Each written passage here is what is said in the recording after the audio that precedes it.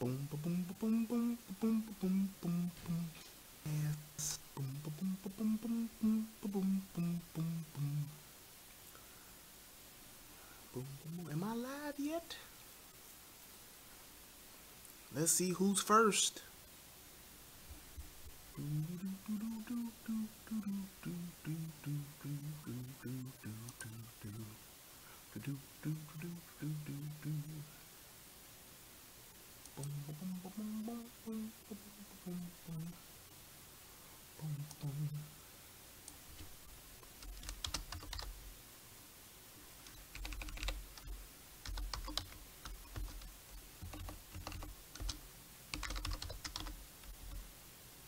Hey, MG, you first one here. That's what's up. You win the prize of a hello from Brian. Hello. Hey, live.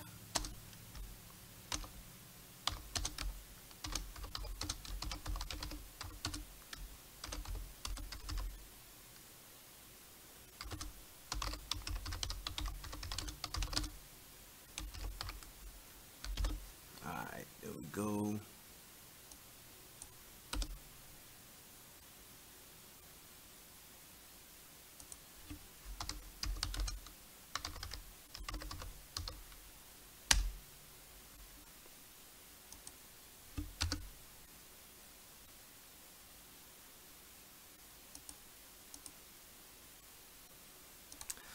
Okay.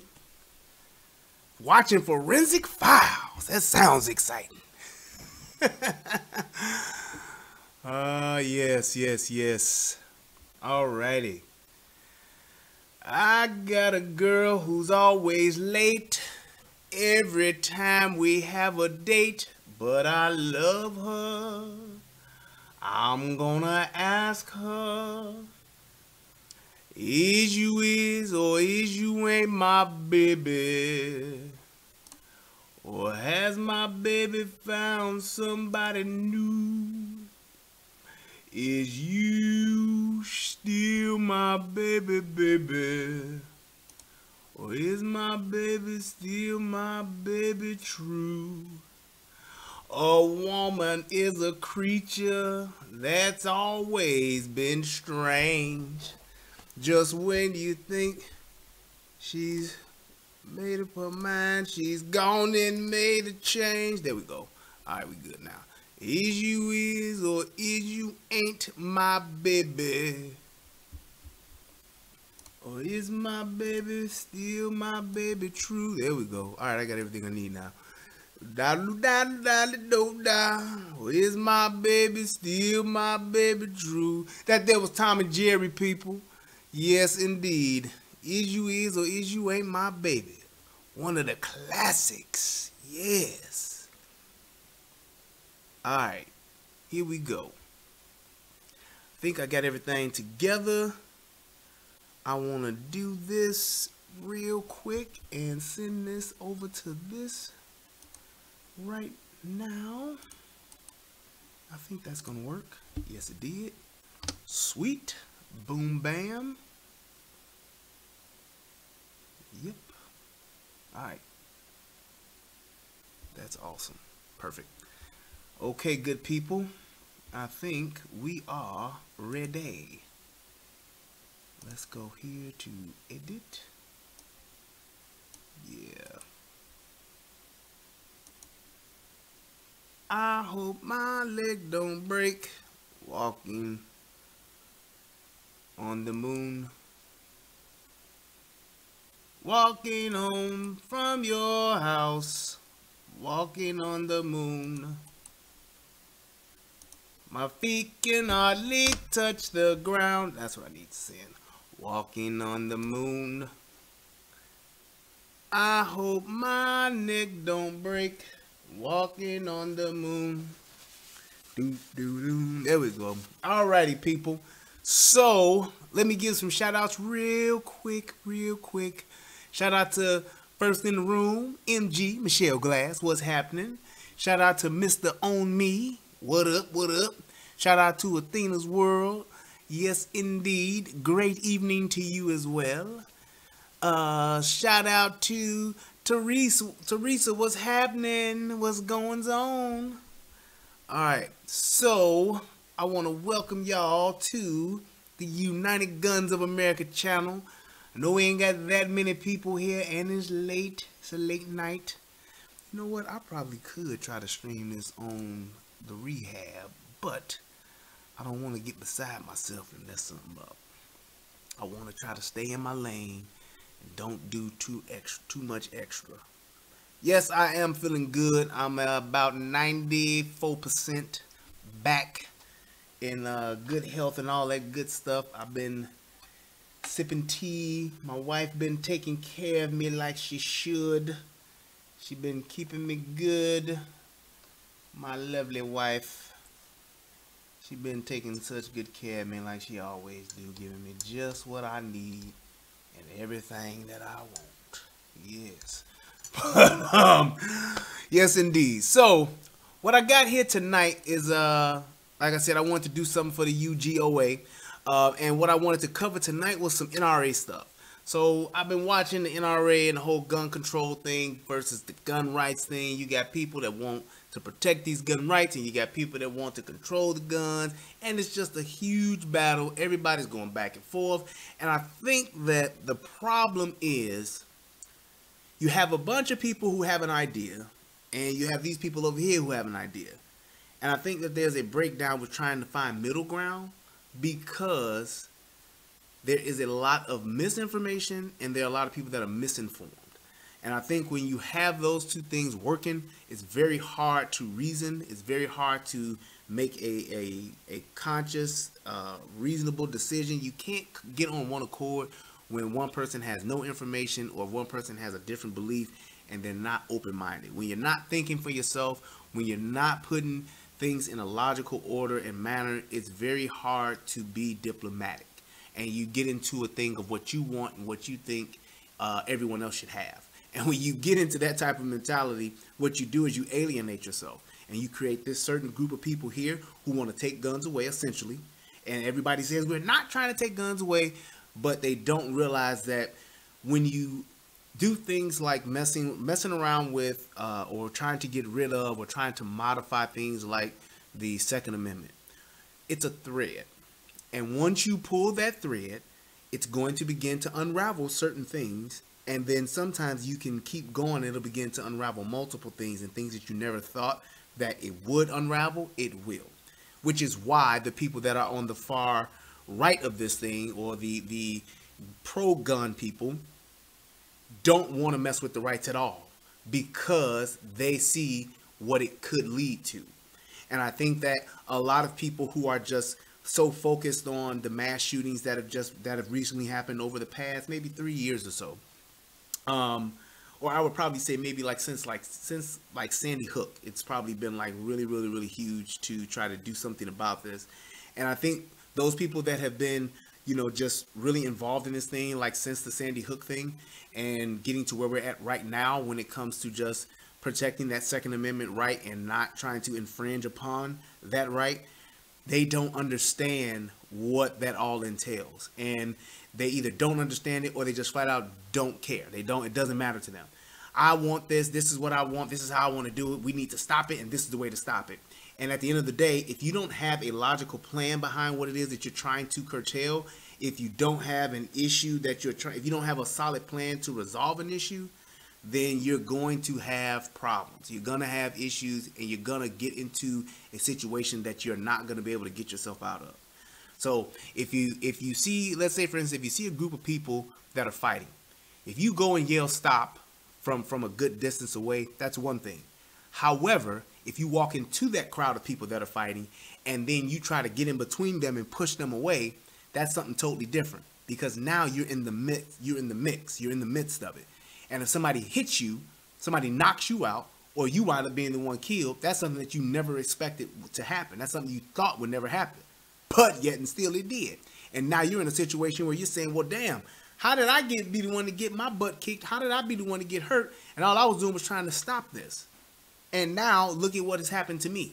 And I think that's what a lot of people who are pro-gun control, who are just trying to get rid of these guns, because you don't have all the information, you don't know why these people are fighting, and you don't know what you're going to do in the midst of this fight if things go left, then that puts you in a really bad situation to where you're really essentially just kind of in the way in a sense, because you're not like well informed enough to try to help the issue or help the problem. You're just saying, hey, there's a problem, we got to do something. Hey, there's a problem, we got to do something. So that's one of the things that I wanted to point out today. And I got a couple of videos that I want to critique just to actually prove that point, to see where we are at and where things can wind up. So I'm kind of going to go like through a quick spectrum of just like what a lot of people who are just anti-gun, where they're at today and where things can actually end up. And then I'm going to go to where we actually should be. So this videos and stuff that I'm about to show you guys, all the stuff that you're about to see, this is a fair use, all that good stuff.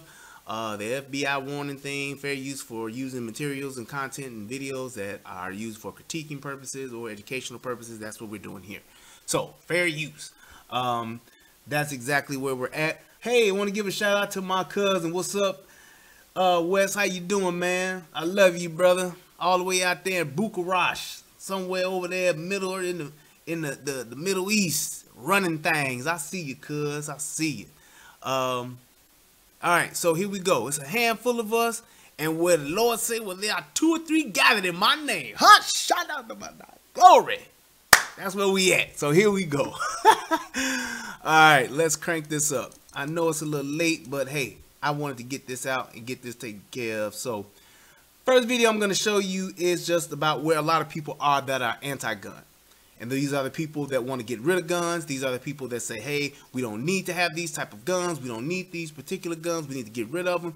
And I want to just basically shed some light to see where people are at and what it is they're actually saying, and to see what it is that they're actually asking for, and to kind of show that they're just really a group of people that want to change something, but they don't even have the wherewithal to become informed about it. So here we go. Let's do this. First of all, tell me, what is an assault rifle? Yeah, exactly. Yeah. What is an assault rifle? I'm sorry, are you stupid? No, what is it? Okay, so first of all, I'm gonna say this. One of the signs to where people who don't like to be challenged, or they just flat out are ignorant in a situation, one of the first telltale signs of that is that they will reply or give some type of retort with an insult. That dude asked her a flat out straightforward question, and as opposed to her just answering it and being able to fully articulate herself, because she's so emotional, she's so high strung, and just talking about her feelings and what she feels, and she's so wired up, she can't even respond to this guy who's asking a very simple question. And the fact that she probably doesn't know it, she's not even mature enough to say, you know what, I don't know, can you educate me on it? But that's how most people who are anti-gun, they don't know what an AR is and what an AR stands. They don't know. They just think that it's bad and we got to get rid of it. So let's just check that out again. What is it? No.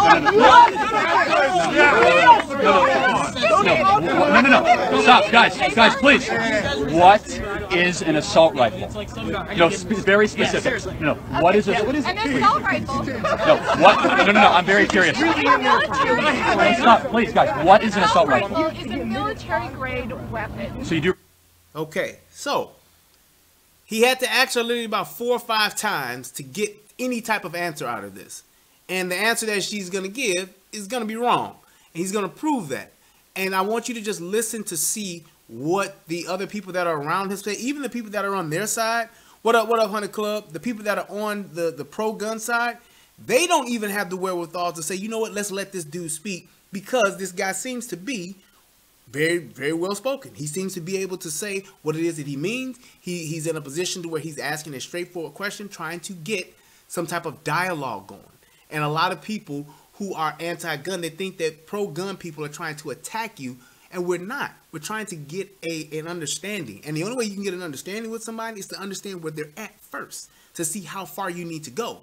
So if you don't know what an AR is, then I need to start there with the education process, and then we can get to a dialogue point.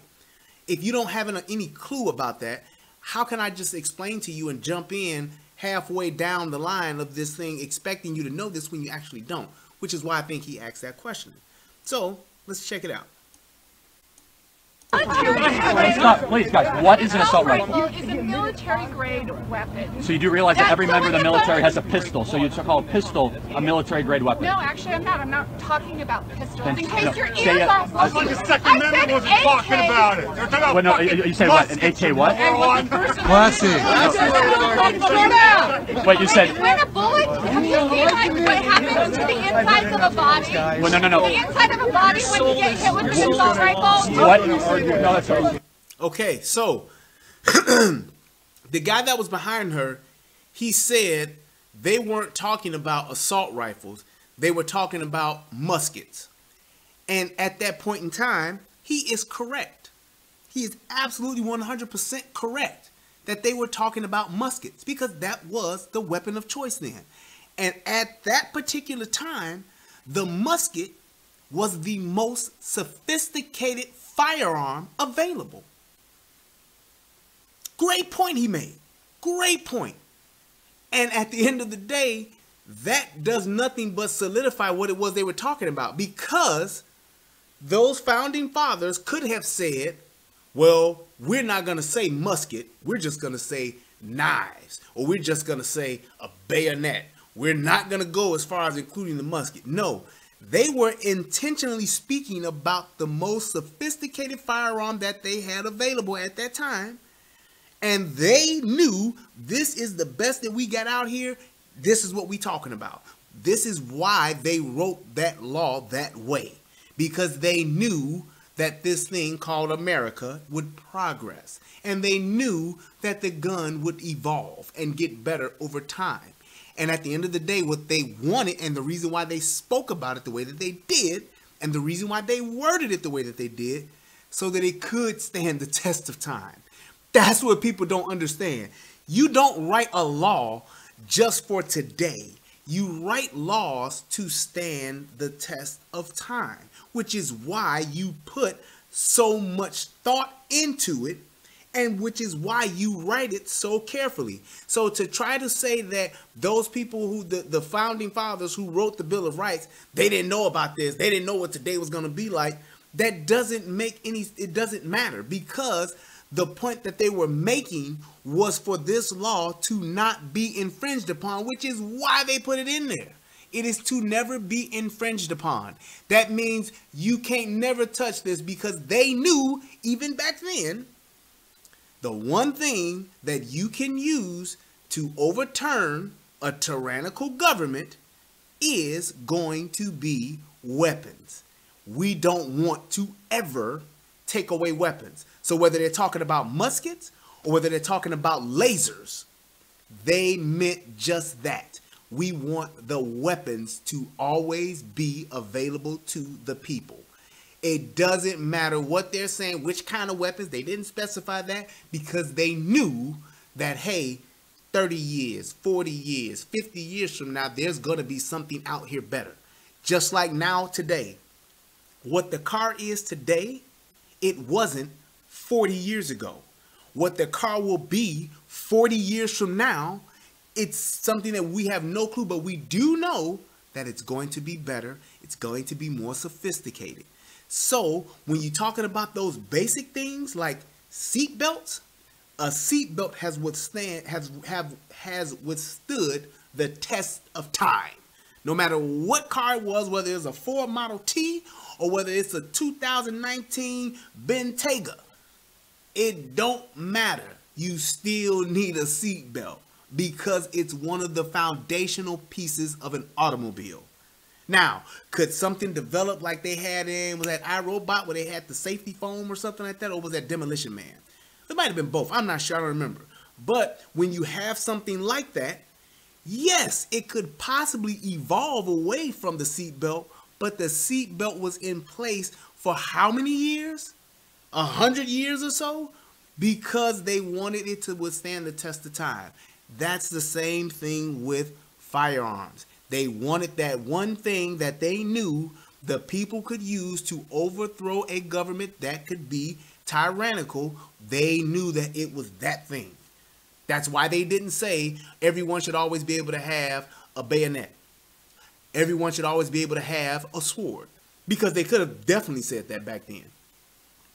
They absolutely could have said that back then. They didn't. Why? Because they wanted to make sure that the people had access to the most sophisticated piece of machinery that would be available at that time. Because they knew, hey, it may not be a situation where they need to have it, but we want it to always be in place in case they do. That's why they did that. So that musket thing that he said, it definitely made sense. It was a very good statement to make. And that's what they wrote it for, so that you could have access to that kind of stuff. Please, trust me. What? Hey, guys, what is an assault rifle? I'm sorry, if you can't even understand what No. a basic assault If you're rifle going to is, attack me, no. give me one sentence. You're just doing What it. You're not is doing an my assault work. rifle? You're not. Does anyone want to tell me what an assault rifle is? Let me tell you the Second Amendment is. Second Amendment. So here's my point, and this is my problem with anti-gun people. You want us, or you want to get rid of something that you can't even explain. How does that work? How can you ask me to give up something that you can't even tell me what it is? I want to ban basketballs. Well, what is a basketball? You stupid? What are you, stupid? You don't know what a basketball is? What is a basketball? If you can't tell me, you don't know what a basketball is, then you're just an idiot. But we need to get rid of basketball. You have to be able to articulate your position and your point. And you have to be able to do that with facts, not just feelings. I feel, have you seen what a bullet does, what that assault rifle does to an AR-15 bullet? It is meant to do damage. Just like a 9mm bullet, just like a 45 bullet, just like a 5.56. Just like a 22, just like a 12 gauge. It's the same exact thing. It just does it on a different scale. So you can't go and debate the severity of what a killing machine does. If it kills, it kills. Plain and simple. It doesn't matter. It's like if I say, well, I want people to only be able to use certain types of gases to kill people with. What? You killing people. What difference does it make? It's something that is a deadly weapon. It can cause great bodily harm or death. It doesn't matter if it does it fast, slow, if it does it a little bit or a lot. It doesn't matter. So why are you trying to debate that point when you want me to give it up altogether, essentially? So if you want to get rid of assault rifles, and we're going to fix that in just a second. If you want to get rid of that, then you need to be able to tell me what it is first and foremost. And then you need to be able to tell me why I need to get rid of that compared to other things that cause the same amount of death and damage than that does. It's the same exact thing. So tell me and be able to speak to that. And that's just to anybody that is anti-gun, that is out there right now, that wants deeper or more stricter gun laws. You want that? Be able to speak to it. First and foremost, know what AR stands for. It does not stand for assault rifle. It stands for armor light rifle, because they were the first ones to come up with that platform. That's it. And then they sold it to Colt, and then Colt turned it into the M4 or the M16, the M16. And then it came into the M4, and that's what it developed into what it is today.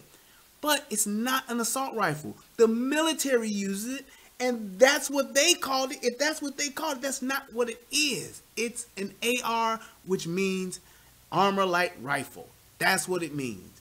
And just like he said, military carry, it's a military grade weapon. It's not, because if it was a military grade weapon, people wouldn't have it. It is not a military grade weapon. And those people the military also has pistols. So is that military grade? No, it is not. So you're making up something that's not true. So don't do that, and you're trying to prove your point to somebody who knows that for a fact. You can't tell me something about something that I know for a fact. You can't just make up something to try to disprove it. Don't do that. Because the Constitution only gives the Army 2 years to refund it. So the states are scared. Slaves Can anyone tell me what? Does anyone want to tell me what an assault rifle is? Let me tell you what the Second Amendment is. The Second Amendment is there because the Constitution only gives the Army 2 years to refund it. So the states are scared. Slaves Can anyone tell me what an assault rifle is?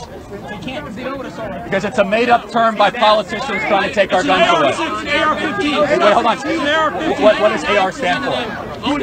What does AR stand for? Tell me what it stands for. I don't Armalite what it stands for. Tell me what AR stands for. I don't give a So, he's saying, tell me what it stands for. Somebody says that.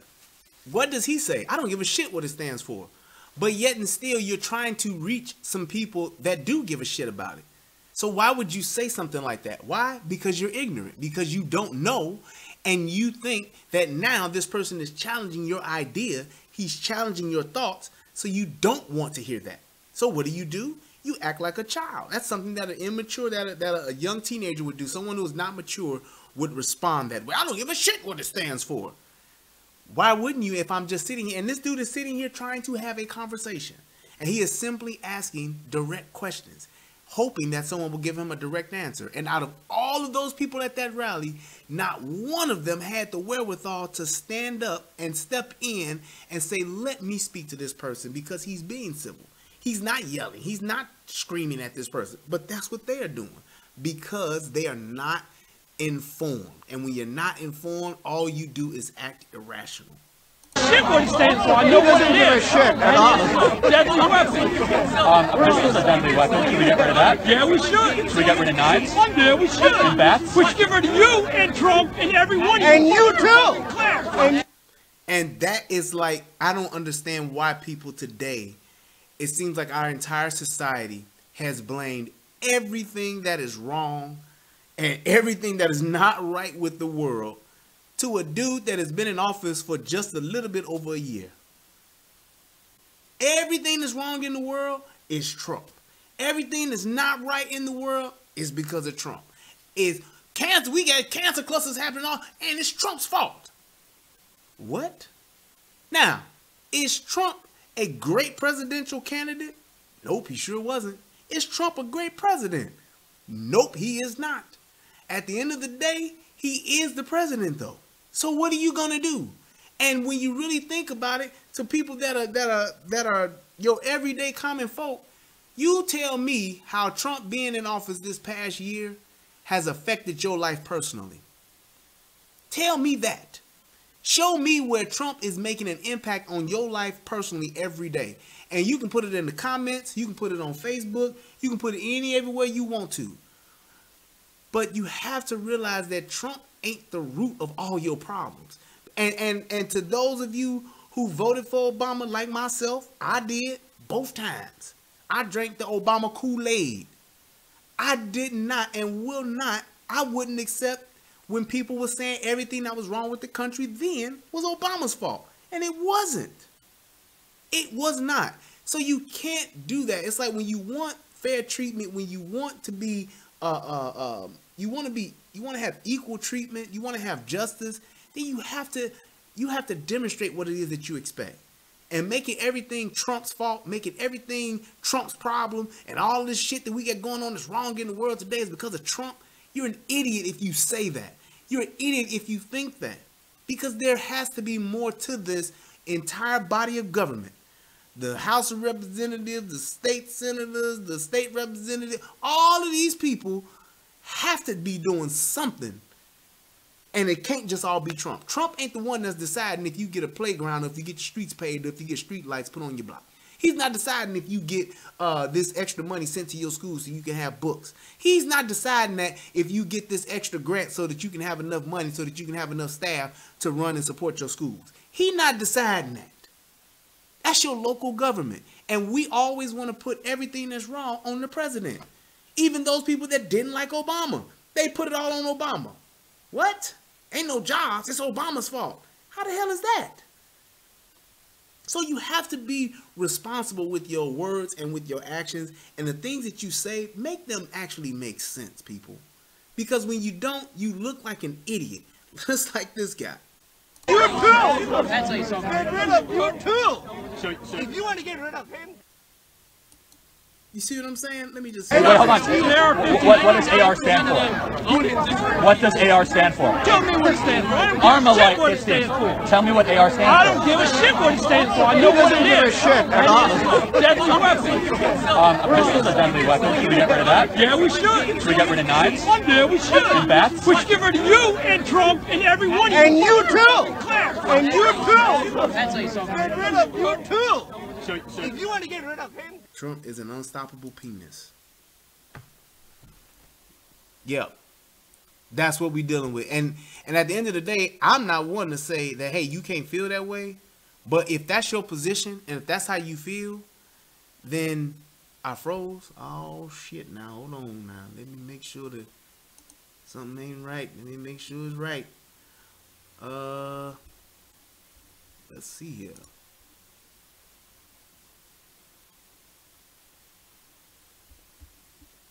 Is that back? Am I back? Let me end this Facebook thing then if it's doing that. So hold on. Hold everything. Let's see. Facebook. Stop. So if you're watching the Facebook, it's ending. Come on over to YouTube. There we go. Alright, let me see if I'm back now. Am I good now?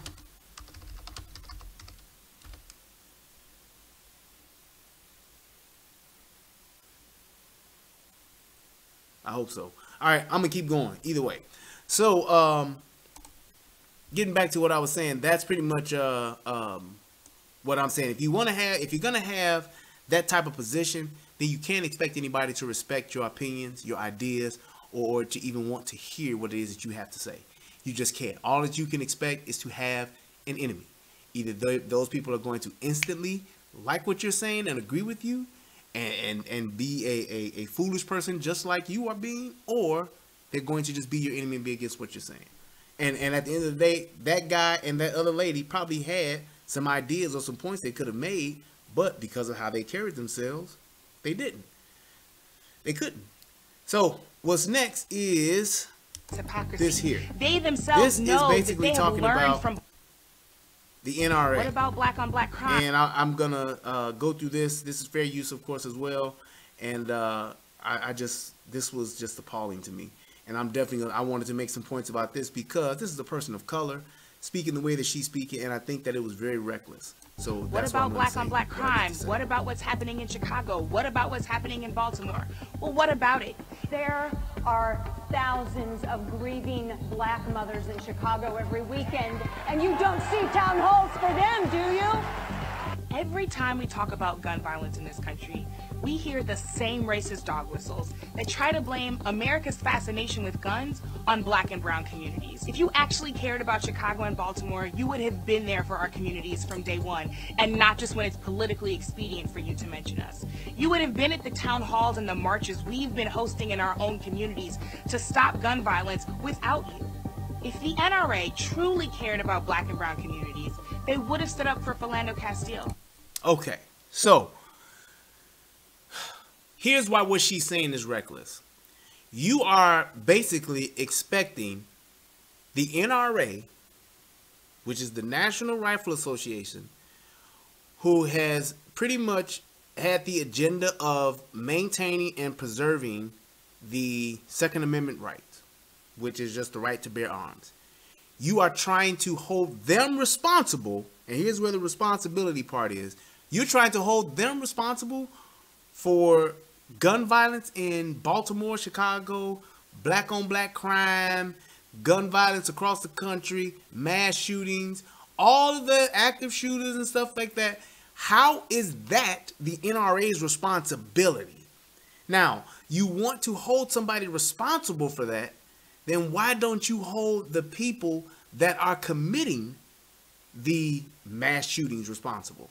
Why don't you hold responsible the not the NRA, but the active shooters that are committing these crimes? Why don't you hold them responsible first? Now, if you want to challenge the process as to how these people obtain their guns, keep their guns, whether they have mental issues and things like that, then those are things that you would challenge your government on, as to say, why aren't they the ones that's providing the resources? Because we all pay taxes. Why aren't they providing the resources, or why have they taken away the resources for mental health issues? That's the question to ask. Because everybody says that the people that do these things are crazy. They're people that are not right in the head. They mind is messed up, and that's the problem. So where are the resources for those people? Where are the mental aid, the mental health aids to help those people? Now you're talking about saying this person or that person or these group of people are responsible for inner city crime. Last time I checked, the NRA has nothing to do with what Pookie and Ray Ray doing at the trap house on the block. That's us. It's the people that live there. Because we're the ones that ain't snitching. Because snitches get stitches. We're the ones that don't talk to the police when the police come and say, well, who was doing the shooting? Why? Because it's our cousins that's doing it. It's our uncles that's doing it. It's the drug dealers that's taking care of grandmama. It's the drug dealers that's buying all of the stuff that's in the house that we like, that's buying the Jordans, that's buying the Chevy on 26s. It's them that we don't want to turn in because we want the stuff that they provide. So we'll let them shoot up the neighborhood. And then when that stray bullet hits our daughter or hits our nephew or hit our cousin, then this don't make no sense. We have to be responsible for us first. I'm going to say that one more time. We have to be responsible for us first. If you want anybody to care about anything that you care about, you got to care about it first. You can't expect somebody to care about something that you don't even care about. How does that make any type of sense? That doesn't make any sense whatsoever. I don't care about this, but I want y'all to care about it. I want the government to care about it. I want the political leaders to care about it. I want the local churches to care about it. It don't work that way. You have to be, the people that live in the worst communities, the worst neighborhoods, the worst buildings, the worst blocks in the world, the people who should be most concerned should be the people that live there first.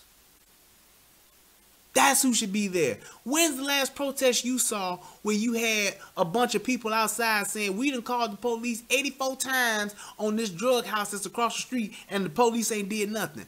When was the last time you saw that protest or that news coverage? You know why you don't see it? Because it doesn't happen. It doesn't happen. And if you think that the drug dealer is not the problem in your neighborhood, if you think the gangbanger ain't the problem in your neighborhood, then you're an idiot. If you're more concerned about the 1 or 2% of police officers that wind up shooting somebody that's black and it's a questionable shoot, if you're more concerned about that as opposed to the drug dealers and the gangbangers in your own neighborhood, you're an idiot.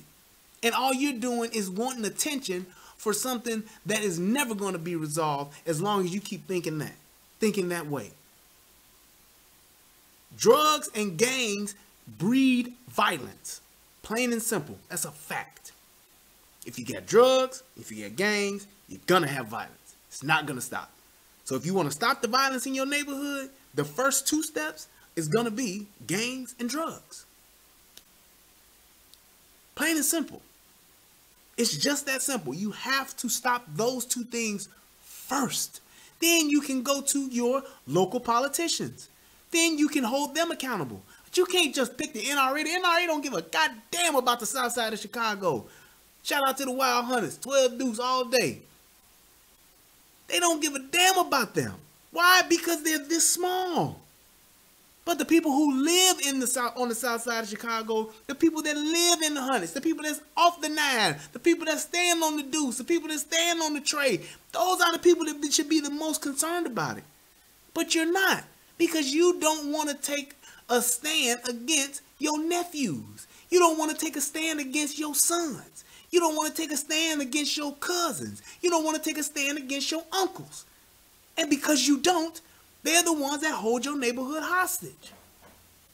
And it's just a matter of time before the tables turn, because they always do. Your uncle running the block this week or this year, 2 years from now, his enemy's going to be running the block. Now you want to do something. It don't work that way. So that's the thing that you have to be able to say, this is what's responsible. Now, she about to come with the Philando Castile. Agree 100%. But how's that the NRA's fault? Let's hear it. Philando Castile was a legal gun owner, and when he told a police officer that he had his gun in the vehicle, he was shot and killed in front of his girlfriend and her 4-year-old daughter. At the end of the day, the NRA has had plenty of opportunities to care about black and brown communities. But they don't really care about Chicago or Baltimore or people that look like me. They're using us as political pawns. Now, how do you make that statement with a straight face? How do you hold the NRA responsible for not stepping in for Philando Castile? That was a bad police shoot. That has nothing to do with the NRA. NRA has nothing to do with that. The Second Amendment has nothing to do with that. That was a bad police shooting. That police officer that shot that man down like that, he was an untrained bad police officer. He was horrible at his job. And because he sucked at his job, it cost somebody his life. And should he have had to pay for that? Absolutely. He definitely should have lost his job and he should have went to jail. Plain and simple. That was straight up, what do you call that? Not manslaughter. Straight up manslaughter. Plain and simple. Clear as day. There's no way that that dude should have done what he did in that situation. And it cost somebody their life. How is that life more important than Pookie and Ray Ray on the block? How is that life more important than the person who got shot tonight, right now, that we don't know about yet because it might make the news? How is Philando Castile more important than that person that died on the corner, that died at the gas station, that died across the street, that died up the block, that died on 79th, that died on 87th, that died on 103rd, that died on 95th, that died on 119th, that died on 111th, that died on 127th? How is that person's life better than theirs? Philando Castile, tragedy. But so is the other 80-something people that get killed on a weekend in Chicago, and won't nobody say nothing about that. But there's a lot of violence in Chicago. We got to stop the violence there. And then you say stop the violence by gun control? How does that work? Because the last time I checked, the niggas who got guns are the niggas who got guns that commit them crimes. They don't go get them at the gun store. They get them out of somebody's trunk. They get them out from a nigga that's in the alley. They get them in a parking lot somewhere. They don't go to the gun store and buy that gun and say, yeah, I got a gun war this weekend, man. I wanted to get my hands on a couple of 45s because I got to roll out on them BDs on Friday. Can you hook me up? They don't do that. So you have to put things in perspective and say, what is the real problem here? Is the real problem saying we need to take away the guns? Then what? You're going to have knifings every day. You're going to have people, man, 85 people got knifed. They got cut over the weekend, man. 4 dead, 48 injured. Now what? Take away all the knives. What you going to do? Come get the knives out of my house? I ain't going to have no kitchen knife. I can't cut my steak. Can't cut my ribs up. I can't cut up my food. I can't cook. What the hell? If the Parkland teens were black, I'm worried that the kind of outpouring of support that they rightfully deserve would not have been coming their way. Here's what we keep being shown. If the Parkland teens were black, I don't think they would be getting the support that they got today. Why would you think that? Because at the end of the day, the people that are supporting them are those people that are in their community. The people that are supporting them are the people that have actually reached out to them. So if that happened in an all-black school tomorrow, you would think that the first people to be there would be us, not the NRA, not Good Morning America. We should care less about that because that's nothing but media coverage. The people that are going to support, if we had 17 die at Julian High School, shout out to PLJ, Julian Jaguars. If we had 17 people that get shot at Julian High School tomorrow, we shouldn't be giving a damn about Good Morning America reaching out. We shouldn't give a damn about any news outlet reaching out to those kids. We should be the ones that live in that community that should be there for our people in our community. We have to be responsible for us. We should be the ones there. We should be expecting the government. Where's the government at to come give us something? Where's Popeyes at? We need Harold's to give us some chicken to support us. Shout out to my man Kevin Pickens, man. I know you got that Harold's over there, boy. You got that good chicken over there, man. I love you, brother. Yeah, I'm gonna come get my free 6 wings. But anyway, that's not the point. If you want people to care about you, you have to care about you first. We should be the first ones taking care of us. We should be the first ones rescuing us. We should be the first ones comforting us. We should be the first ones speaking up and against the nonsense that goes on in our own communities, in our own blocks, across the street, in our own houses. We have to do that. Not the NRA. It's not their goddamn responsibility to take care of us. It's just not. Over and over and over again. That white children and children of color can protest for the same thing in the exact same way and be treated fundamentally differently. When Michael Brown was killed in Ferguson, 800 young people walked out of their schools, just like the Parkland teens are planning to do. They were asking the very same question Parkland teens are asking right now. Can I live? Can I live safely in my community? And at the end of the day, we are giving the Parkland teens one answer because most of them are white, and we're giving young people in Ferguson and Baltimore and Chicago a very different answer because most of them are young people of color. How is that? How can you say you're giving them one answer and giving the other people another answer? Man, they had Ferguson on lock for damn near a week and a half, 2 weeks. Ferguson was on lockdown. Everybody was in Ferguson. Hell, they kicked Jesse Jackson and Al Sharpton and them up out of there because they didn't even want to be bothered with them. So the people did come together. They did protest. They did march for them. Now you talking about the Parkland teens? Well, hell, it's a hell of a lot more white people in this country than it is black people. But what do we want? We want white people to come and do what for more black people. We want y'all to come out and do for us too. That's not the case. That's not how it works. You have to be able to be there and stand up for yourself. Then others will see that and others will be more willing to help you. But you got to help yourself first. When you talking about we need people to come and support us and help us in our community, but the same people that live in your community talking about I don't talk to the police because snitches get stitches and wind up in ditches, why would I want to go and talk and help those people out? They won't even talk to the police. What do you want me to do? What do you expect the NRA to do that you aren't even doing for yourself? So if you're going to try to hold other people and other groups of people, other ethnicities accountable for certain things, you got to hold yourself accountable until that standard first. Tell me that you have all of your ducks in a row before you go looking at somebody else's and say, oh, yeah, see, what y'all need to do over there, y'all need to get over here and help us. You ain't even helping yourself. So how can you ask somebody else to help you? That's our problem right there. We have to help ourselves and put ourselves in a position to where we taking care of each other before we can expect somebody else to help us and help take care of us. It's that simple. Stop trying to hold people accountable for things that you should be holding yourself accountable to. Stop doing that. Ferguson and Baltimore and Chicago a very different answer because most of them are young people of color. Even the Parkland teens recognize this hypocrisy. They themselves know that they have learned from Black Lives Matter and other movements and acknowledge that they want to partner with young people of color all over the country. I'm so proud and inspired by the Parkland teens. None of this is their fault. This is on us. Just like all of our movements, we have to be intersectional. We have to pay attention to violence when it happens to white children, to black children, to immigrant children, to native children all around this country. We should absolutely be supporting every young person that is leading the way in Parkland and beyond.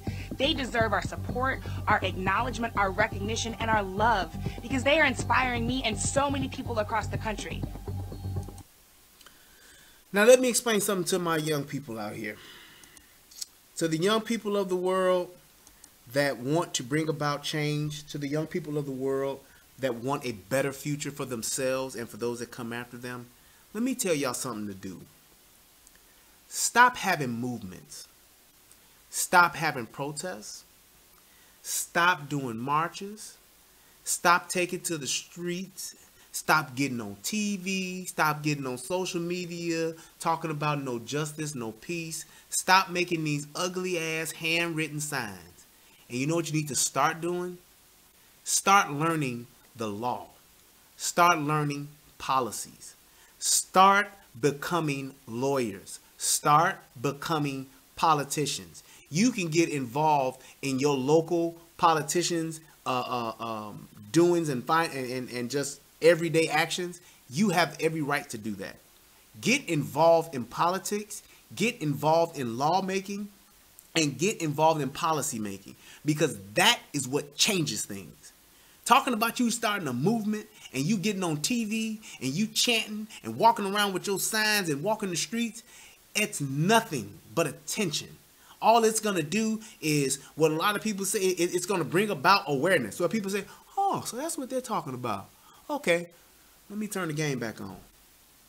If you want to make change, hear me, young people. If you want to make change, you make change by changing laws. You make change by changing policies. You make change by being the people in power that changes laws and policies. And those are your politicians. Those are your lawyers.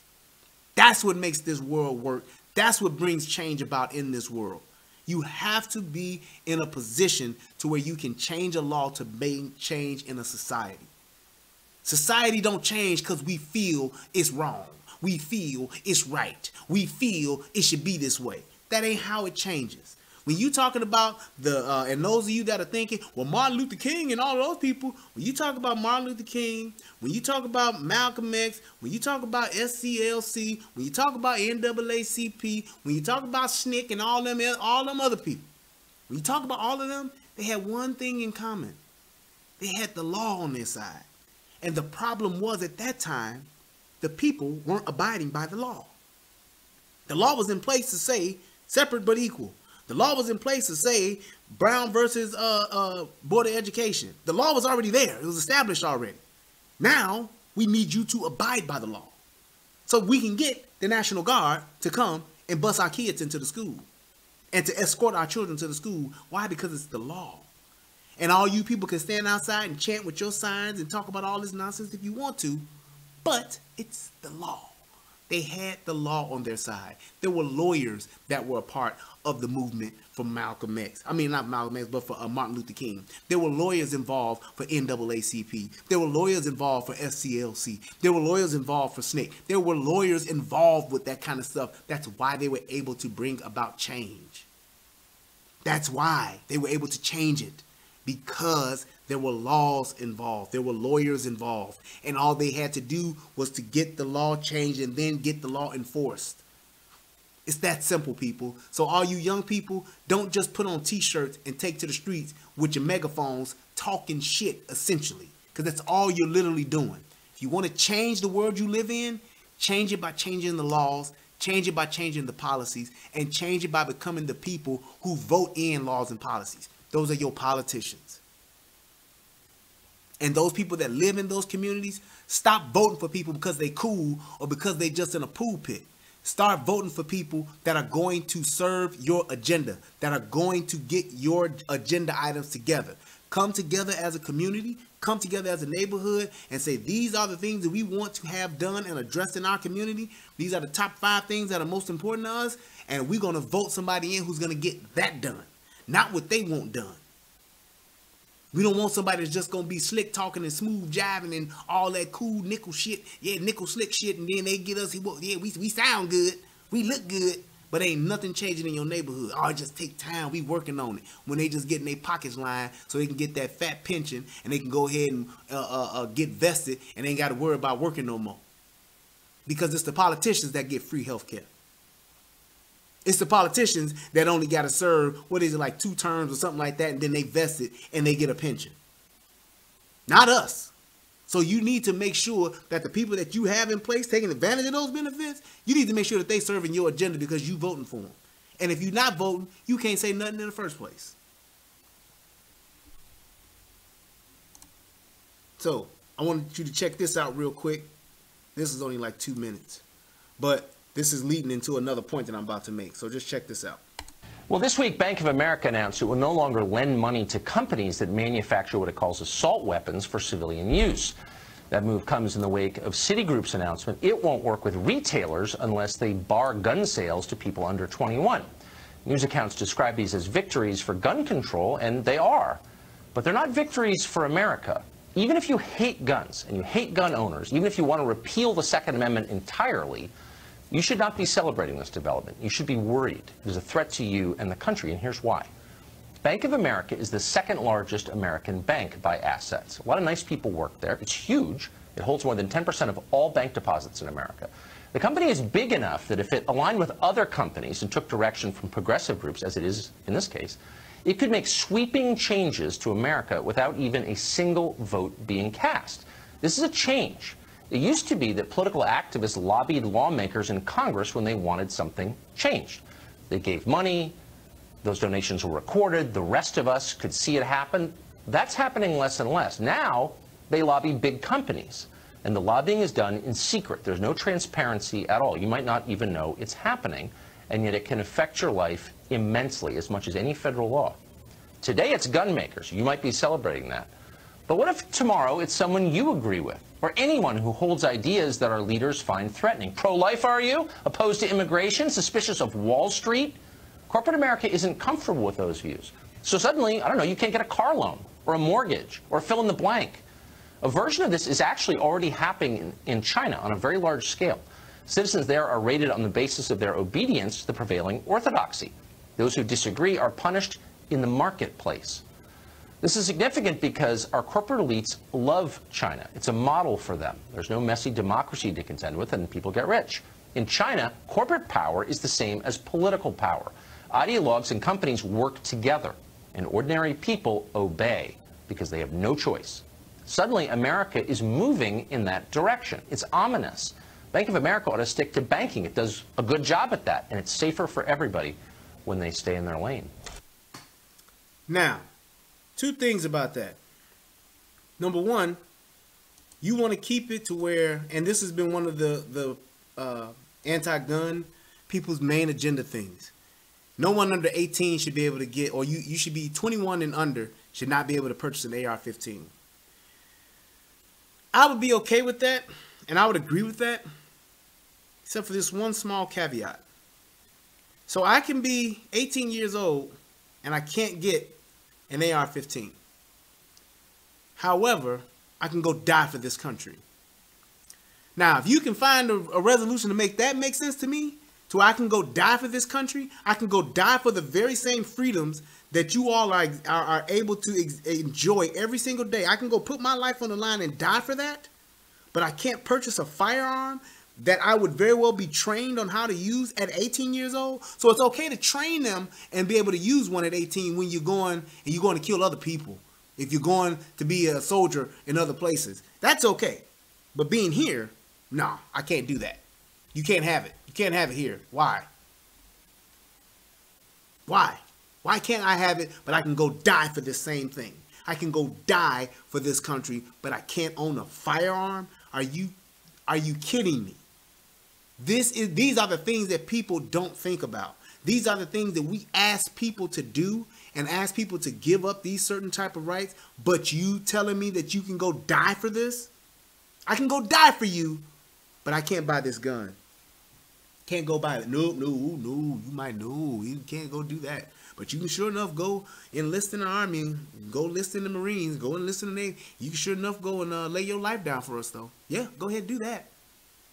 It's just like people who can go, you can go and you can't buy liquor, but you can go enlist in the Army.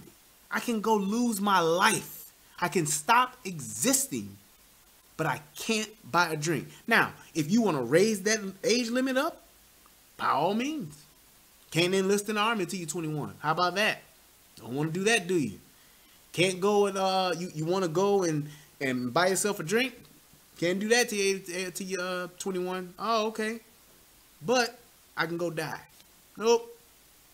I can't do that. I can't support that. I can't tell somebody that they can't have a fundamental right that was supposed to be given to them at the age of being a consenting adult, and then turn around and tell them that they can't have it, but they can definitely go die for me. That I couldn't with a clear conscience say anything to somebody who has it. So those of you that are 18 years old, that are having this issue, that are dealing with that, I want you to just think about that. And the next time some adult tells you, well, you shouldn't be able to buy this gun. You shouldn't be able to buy it. You're only 18. You're a kid, for God's sake. Say, oh, but I can go die for you though, right? Okay. If a war jumped off right now and there was an enlistment, you would expect me to enlist my 18-year-old ass to go and put my shit on the line for you so that I can try to preserve what we have here, though, right? Right. But I can't buy a gun. Okay. Or this type of gun. Okay. Tell me how that makes sense. It doesn't. Moving right along. And this is like one of the things that I think we are going to get to if you start pulling this thread. Because what he was saying too about the Bank of America making those type of decisions, well, if they make these type of decisions about firearms, why wouldn't they make these type of decisions about other things too that they don't like? Oh, well, you're this. Oh, well, you voted for this person. Oh, well, you're this type of person. Oh, well, people that live in this area tend to do this, so now we're not going to lend to them. Oh, the people that do this, they don't support what we want, so we're not going to lend to you either. We're not going to, our banks are not going to support you. Imagine how that can just start getting off into the weeds with that. Because now you're talking about what people feel and what people think you should do or shouldn't be able to do. And that's the problem with this whole gun rights thing. So here's my thing as to if we keep pulling this thread and we start pulling at the fabric of the Bill of Rights, this is what I think we're going to wind up doing. And this to me was one of the stupidest things I've ever seen. And I am so, well, I just want you to watch it first. Hi mate, okay? Keep nice and calm for me. Keep nice and calm, okay? I'm officer with a taser. What I need you to do is put the knife down for me. What I need you to do is put the knife down for me. I'm filming, yeah? Your video and audio recorded. Put the knives down for me. What's that, sorry? Okay, I want you to put the knives down for me. Put the knives down for me, fella. Put the knives down for me. Okay? Okay. What I don't want you to do, I don't want you to harm yourself or anybody else. Okay, so basically this is over in the UK somewhere, and or I think it's the UK, and this guy is basically behind this door, and he has two knives, not one, but two knives, and those knives appear to be at least, the blade, they appear to be at least 10 to 12 inches long. Two knives, blades 10 to 12 inches long, and the first thing out of this officer's mouth is, I'm here and I got a taser and I'm trying to get you to put the knives down. Okay? So you have non-lethal force going up against lethal force. Lethal weapon, non-lethal weapon. Meeting up. Let's see what happens. I need you to put the knives down for me. Are you going to put the knives down for me? Is there anything I can reasonably say or do, okay, that's going to help me and help you to put those knives down? Now, for those of you that don't have law enforcement experience, I'm going to explain two things to you. Number one, I don't even mind this guy talking to this guy the way that he is for one simple fact. He has a steel door between himself. So yeah, you can talk to this guy as long as you want to because you got this door, you got glass, you got metal in between you two. Let me explain something to you guys though. And this is a known fact. You can Google this, you can YouTube it, whatever you want to do. You look it up on your own when you got some time. There's something called the 21-foot rule. 21 feet rule. And the people that are in law enforcement, they should know this. Military should know this as well too. And what that 21-foot rule is, anyone that is within 21 feet of you that has a knife and you can have a gun within that 24-foot space, 21-foot space, that person charging at you with a knife and you having a firearm, even if you are able to draw your firearm and to shoot that person that's coming at you with that knife, you are more than likely going to suffer some type of stab or some type of wound, and it could possibly be lethal in that amount of distance. Now, where you can see these two at, well within 24 feet, ain't it? And that's a fact. A person that is charging at you at 21 feet and you have a holstered firearm, you getting that firearm out and being able to put a round on that target in front of you, you are more than likely going to get hit. It's something like, I don't know what the percentage is, but it's a very high percentage that you're going to suffer a knife wound at that point, which is why they tell you, and I was trained as well, someone pulls out a knife, you back the fuck up. You move back. You create distance instantly. It's the first thing that you do because of that 21-foot rule. The time that it takes for you to grab your gun, pull your gun, point your gun, pull the trigger, and that person charging at you within 21 feet with a knife, he's going to get you. So you have to, they literally tell you, expect to be cut or expect to suffer a wound in that type of distance or shorter. And the shorter it is, the graver the danger and the more deadly that person becomes. So let's watch these cats. This is the police coming, and this dude got not one but two knives. Look, mate, listen. All we need to do is put the knives down. Just put the knives down, mate. Alright? What's that? Just put the knives down, pal. Come on. Let's put the knives down. Alright? No. Don't come at us with knives. No, don't put us with knives. No, don't put us down with knives. I can't get a shot by it, Red. Right, now. Taser! Get down!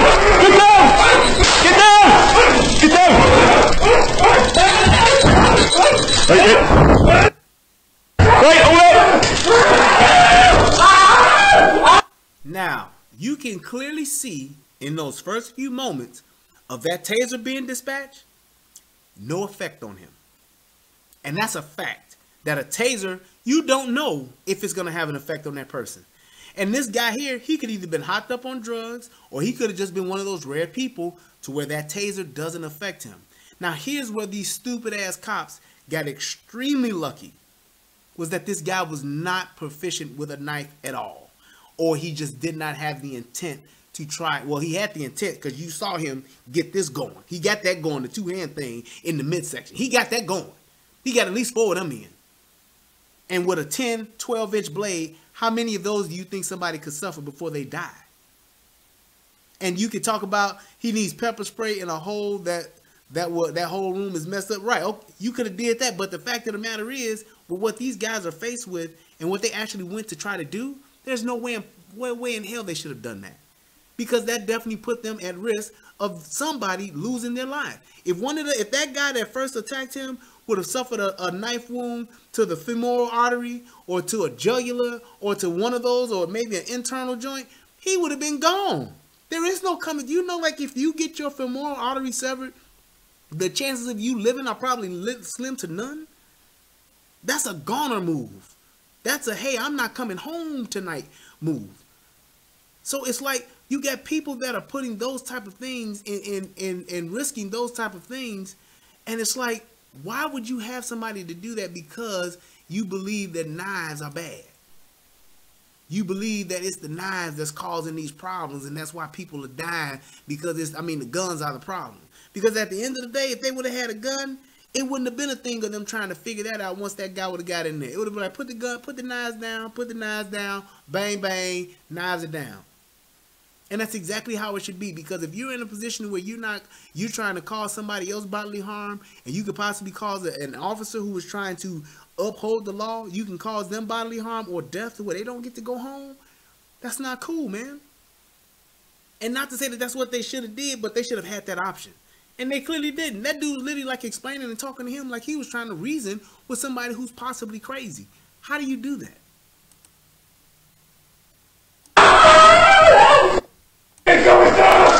Let me just watch what happened when he opened this door. No, don't put us down with knife. I can't get a shot by it, Red. Right, now. Taser! Get down!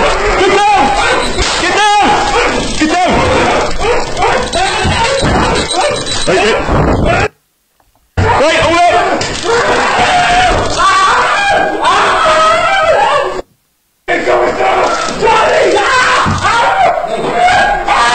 One go. Legs out.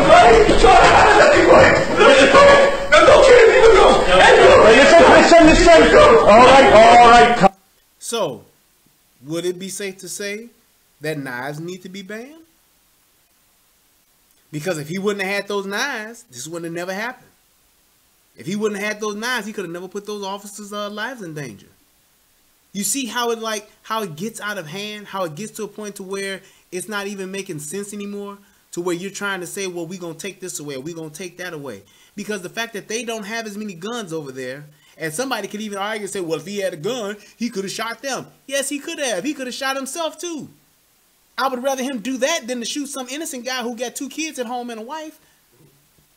And yes, I get that that's the part of the job. But at the end of the day, if you got somebody who's mentally unstable, which he obviously had to be, the only help you can really get him is a mental health resource. There is no other help you can really get this person if you're trying to save his life. So if you're not going to put the mental health resources in place to help this person, and to have somebody there to go and talk to him, to have somebody put him on some possible pharmaceutical regimen to keep him from doing that, then at the end of the day, you have to be able to protect your life. And you should not have to subject yourself to that based on a bunch of people who voted that shit to be that way, and they don't do that job. If you're not the person that has to go and attack the person with the gun, or try to apprehend the person with the knives, or apprehend the person with the stick, if you're not that person, you shouldn't have a fucking vote to say whether or not they get to have that or not. Whether they get to defend themselves with a pistol or not. It's just that simple. It makes sense. And then this dude is like pretty much just whining about his dogs afterwards because he wants somebody to get his dog. Dog's fine. Okay? Mate, listen. You're being tasered because you were going with yourself with a knife. Alright, mate? It's for your safety. We can't do that. Alright? Alright. Listen. 1411, hello. Yeah, regarding this call to clear, mate. And that's pretty much it. That's pretty much it. They finally subdue him and get him under control. But he lost his shit for a minute, and somebody else could have died from that, man. And I believe that those cops, even though I understood what they were trying to do, but they put their lives they unnecessarily put their lives in danger. And one of those dudes could have possibly not went home, or could have been severely injured, or could have had a lifelong injury because they don't have the proper tools to protect themselves. So, I think this is pretty much it. I got one more video to show you, and this is pretty much it. This was like probably the highlight of the show for me. This guy here is like so well spoken, and I really appreciate what he said, because what he said is nothing but the truth, and it makes 100% truth. If you haven't seen this already, you definitely want to watch this part. You can take the guns away from us all you want to. You all write a law, I follow the law, I'll bring my guns down here, I'll turn them in. But here's what's going to happen. The Crips and the Bloods on the other side of town, they're not going to turn their guns in. They're going to hold on to them. And what's going to happen when you have to send the police down there to go take them? The police can barely enforce the law as it is. What I really came down here for is this. I've heard a whole lot of people in here talking tonight about this group and that group, and domestic violence, and blacks, these minorities and that minority. What I want to know is, when are you all going to start standing up for the majority? And here's who the majority is. I'm the majority. I'm a law-abiding citizen who's never shot anybody, never committed a serious crime, never committed a felony. I've never done anything like that. But it seems like every time we have one of these shootings, nobody wants to put the blame where it goes, which is at the shooter's feet. You want to put it at my feet.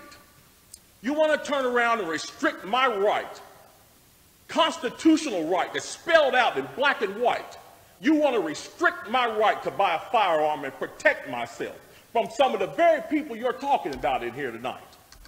It's ridiculous. I don't think Rod Serling could come up with a better script.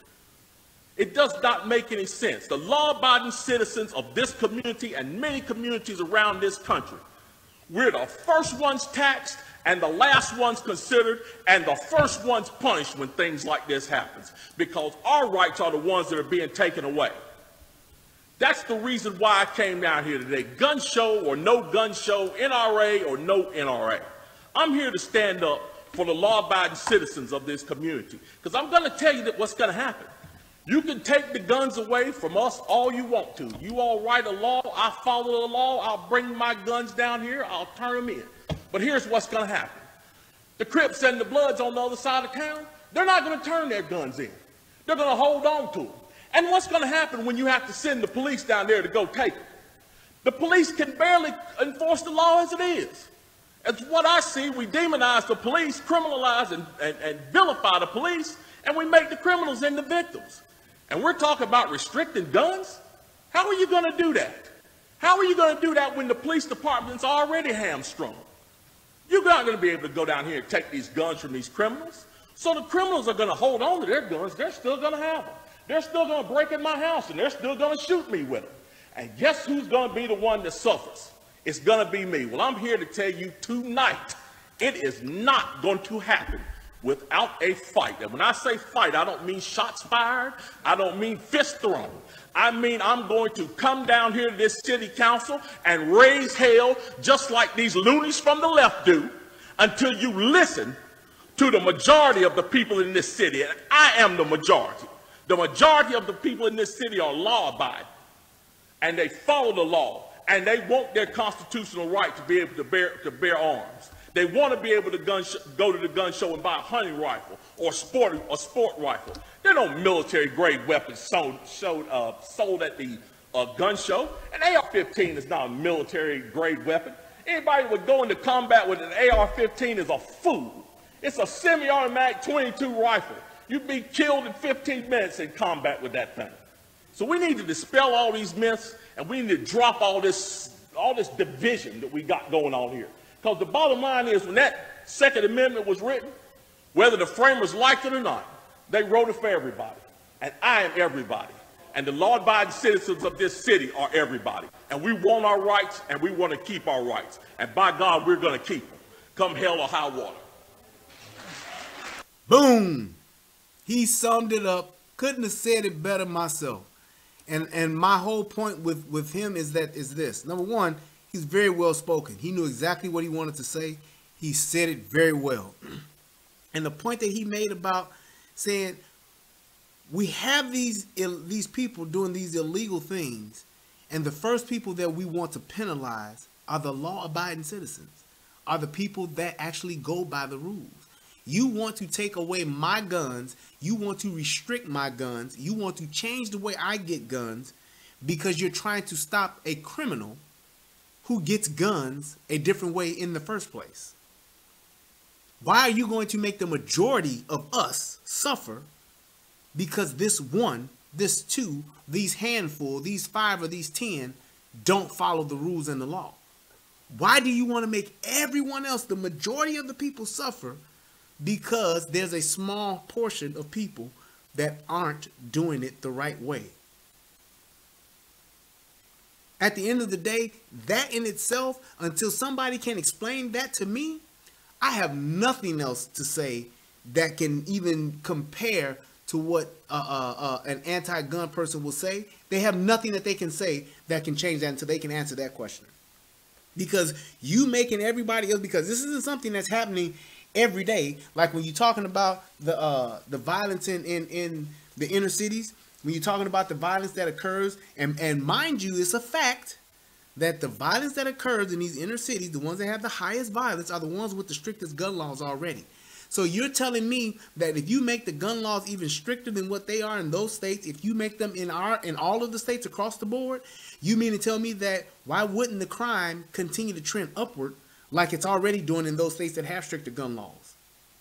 When you're talking about your New Yorks, your Californias, your Chicagos, when you're talking about those, your Baltimores, when you're talking about those places that have strict gun laws, but yet and still they have high crime violence rates, why wouldn't that be the same to happen across the board? So, and then when you even talk about this, was it the UK, I believe, somewhere in the UK, where they've had so much knife violence now since they've gotten rid of their guns for the majority? It's like 99% or 98% of them they don't have them. They ain't got guns over there. But now the knife violence has gotten so out of control that they're now considering getting rid of knives. So where does it end? When you think that the solution or the fix is to take that out and to take that thing away that you think is hurting them, when you get to that point to where you want to take that out, then now you're at a point to where you're just putting a Band-Aid on a bullet wound. You're not getting to the actual source of the problem. You're not getting to the root of it. Because at the end of the day, we're already here. The guns are already here. So we're at a place to where we can't just erase that fact. Get rid of the gun. We do the gun buyback. We're not Australia. It's not happening. Australia wasn't founded with guns in play. They wasn't. So we're not them. We have a different culture. We have a different race of people, a different type of people, a different lifestyle across this nation. There ain't no place like America. So you can't take what some small ass Australian country is doing and say this is what we need to do here. It's not going to happen. It's not going to work. So when you take those things and when you look at what's happening, you got to get to the root. And the root of the matter is that, number one, there will always be shootings. There will always be stabbings. There will always be car accidents. There will always be plane crashes. There will always be train crashes. There will always be automobile accidents. There will always be beatings. There will always be drug overdoses. It's going to happen. It's inevitable. However, if you want to try to curb it or curtail it, then you have to get to the source. And the source is the actual person. The guns aren't doing it. It's the people that are doing it, and they're using the guns. So let's fix the people.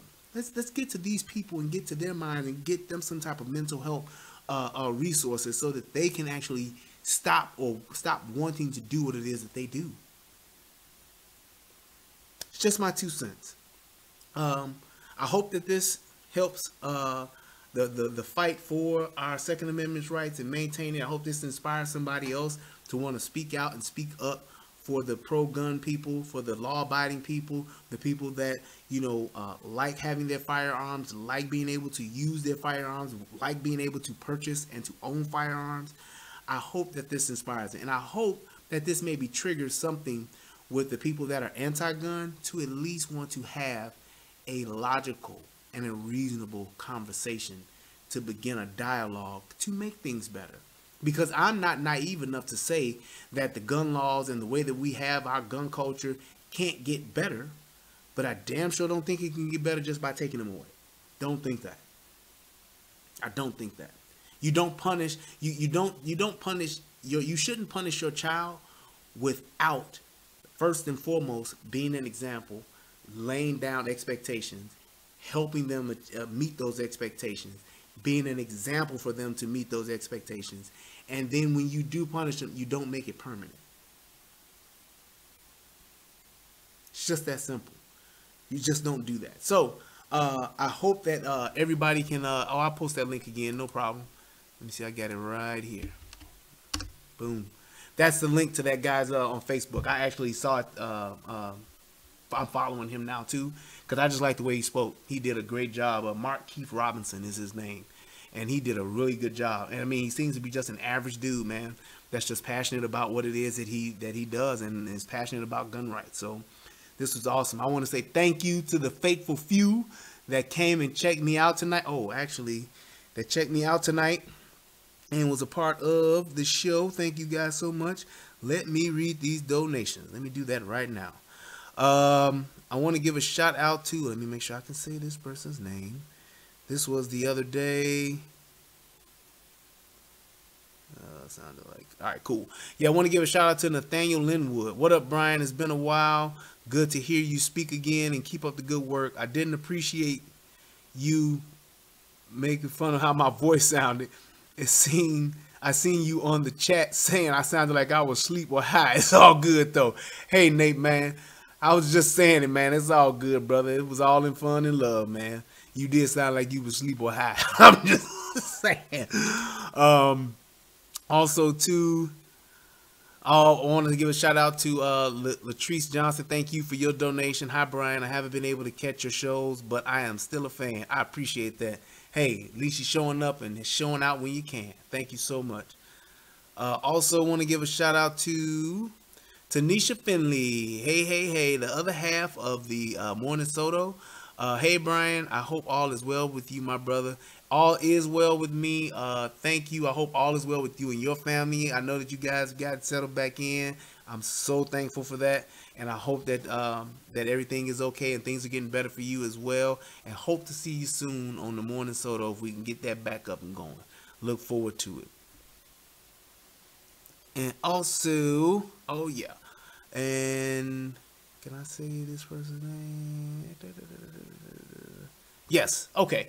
That's who. Duh. Also, I want to give a shout out to Kelly Brown Eyes, thank you so much. Hey Brian, just a little something for you. I appreciate what you do, what you bring to the Soto family. I'm grateful that you are there for Tommy and us when we need a calm and soothing voice of reason, truth, and logic. Keep being the awesome man that you are. Love you lots. Love you too. Thank you so much. I appreciate you and your donation. And let's see here. And also to MG, thank you so much for your donation. I appreciate you. I appreciate you. Michelle Glass, always supporting. That's what's up. I appreciate you. And last but definitely not least, with a big old donation, I want to say thank you to Pandorians, my sister. Thank you so much. Hi, Brian. Thank you for being another source of knowledge, wisdom, honesty, and insight on social media. David and I love and appreciate you as well as your content. Thank you so much. Shout out to Pan and Dave. And I know y'all got them wedding bells coming up. Got that date. That's what's up. I want to say congratulations to you guys. So glad that you guys are getting hitched this year. Look forward to you guys doing your thing. It's so good to see couples and families doing things the right way. It truly is. So shout out to you guys and thank you for always supporting. Pandorians has been a supporter of not just me but Tommy and Soto politics, also the Soto You Dig with DJ. I mean, just talking about just good people, man. It's like all of you guys, I really appreciate what you do and the support, the just what you bring to the table, those people that help moderate, all those people that just come and support the show. I really do appreciate you guys. It is an honor to be able to just do what it is that you love with good people that are around you that help spark and flame your fire as opposed to pissing on it. So thank you guys for that. I appreciate you guys. I hope you enjoyed the show.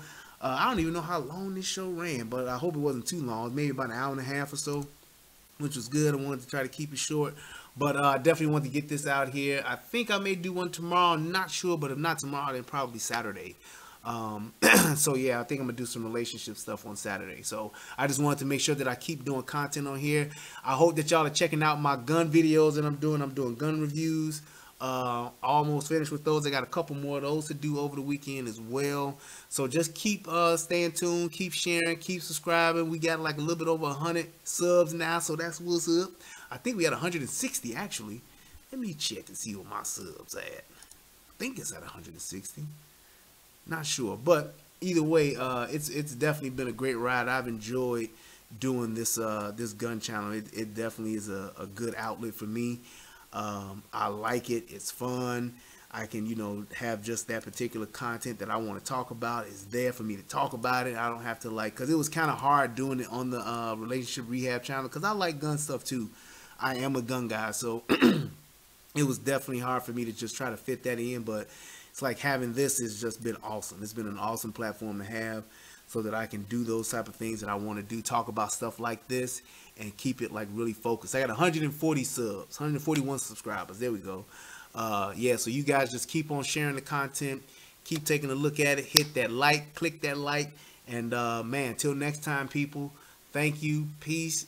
Everybody have a great night and sleep well. I'll see you guys next time. Peace, love, and soul. I'm out.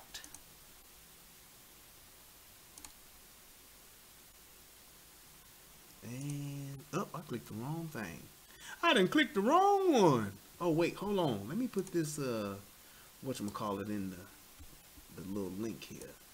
The links to the other channels. So yeah, if you haven't, this is your first time here, because I gotta make sure I do that. Check out the Goober and the Whore and the Relationship Rehab.